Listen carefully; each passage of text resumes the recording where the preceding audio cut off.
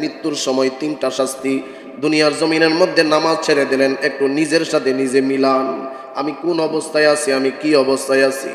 আরে আমি যদি বেনামাজি হয়ে যাই, আমার সাথে তো এমন ঘটনাগুলা ঘটবে, আমার উপরে বরকত থাকবে না।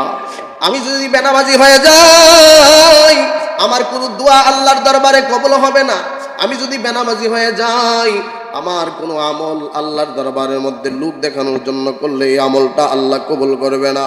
মুসলমান ভাইরা আমার, মৃত্যুর সময় তিনটা শাস্তি দেওয়া হবে বেনামাজি ব্যক্তিদেরকে।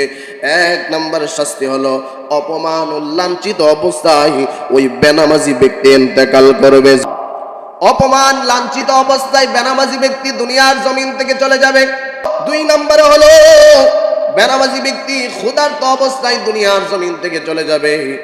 একটু যদি আমরা লক্ষ্য করে দেখি মুসলমান ভাইয়েরা আমার, অনেক বড় বড় ধনী ব্যক্তি মৃত্যুর সময় এমন একটা অবস্থা হয়ে যায়, পানি আইনা মুখের মধ্যে দেন, একদিক দিয়া দেন আরেক দিক দিয়া বাহির হয়ে যায়।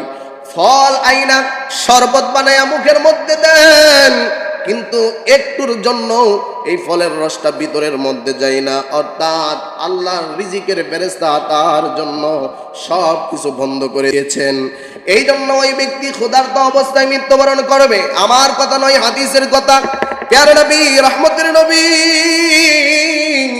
হাদিসের মধ্যে বলেন, মৃত্যুকালীন 3 নাম্বার শাস্তি হইল ওই বেনামাজি ব্যক্তি যখন ইন্তেকাল করবে, চরম তৃষ্ণার্ত অবস্থায় ওই ব্যক্তি দুনিয়ার জমিন থেকে বিদায় হয়ে যাবে।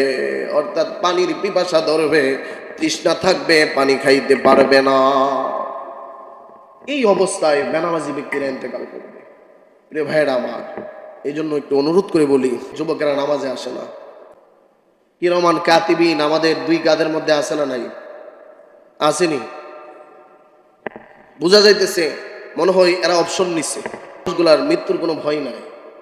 এই মানুষগুলাই চরম লাঞ্ছিত অবস্থায় দুনিয়ার জমিন থেকে বিদায় হয়ে যাবে। এই মানুষগুলাই দুনিয়ার জমিন থেকে ক্ষুধার্ত অবস্থায় বিদায় হবে।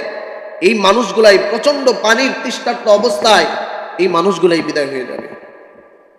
যে অপরাধ করতেছি আমরা, আল্লাহ যে আমাদেরকে ধ্বংস করে না, এটা আমাদের ভাগ্যের ব্যাপার। শুধুমাত্র আমরা প্যারা নবী, রহমতের নবী মুহাম্মদ সাল্লাল্লাহু আলাইহি ওয়াসাল্লামের উম্মত হওয়ার কারণে আমরা এত পাপাচার করার পরেও আল্লাহ তাআলা আমাদেরকে ধ্বংস করতেছে না। এই জন্য অনুরোধ করে বলি, একটু চিন্তা করে দেখেন, দাড়িগুলি পর্যন্ত পেকে গেছে। মসজিদের মধ্যে আমরা আসতে চাই না। আমরা সময় দেই দোকানের মধ্যে 1 ঘন্টা, মসজিদের মধ্যে আমরা 15 মিনিট সময় দিতে পারি না। দোকানের মধ্যে সকালে আড্ডা দেয় একবার, বিকেলে আড্ডা দেয় একবার, আবার এশারের পরে আড্ডা দেয় একবার। নিয়মিত আড্ডাটা আমাদের চলতেছে, কিন্তু মসজিদে 5 ওয়াক্ত নামাজের হাজিরা দেব আমরা এটা পারতেছি না। এজন্য অনুরোধ করে বলি, মুসলমান ভাইয়েরা আমার, আপনি যে ইন্তেকাল করবেন এটাই সত্য, ঠিক কিনা জোরে বলেন?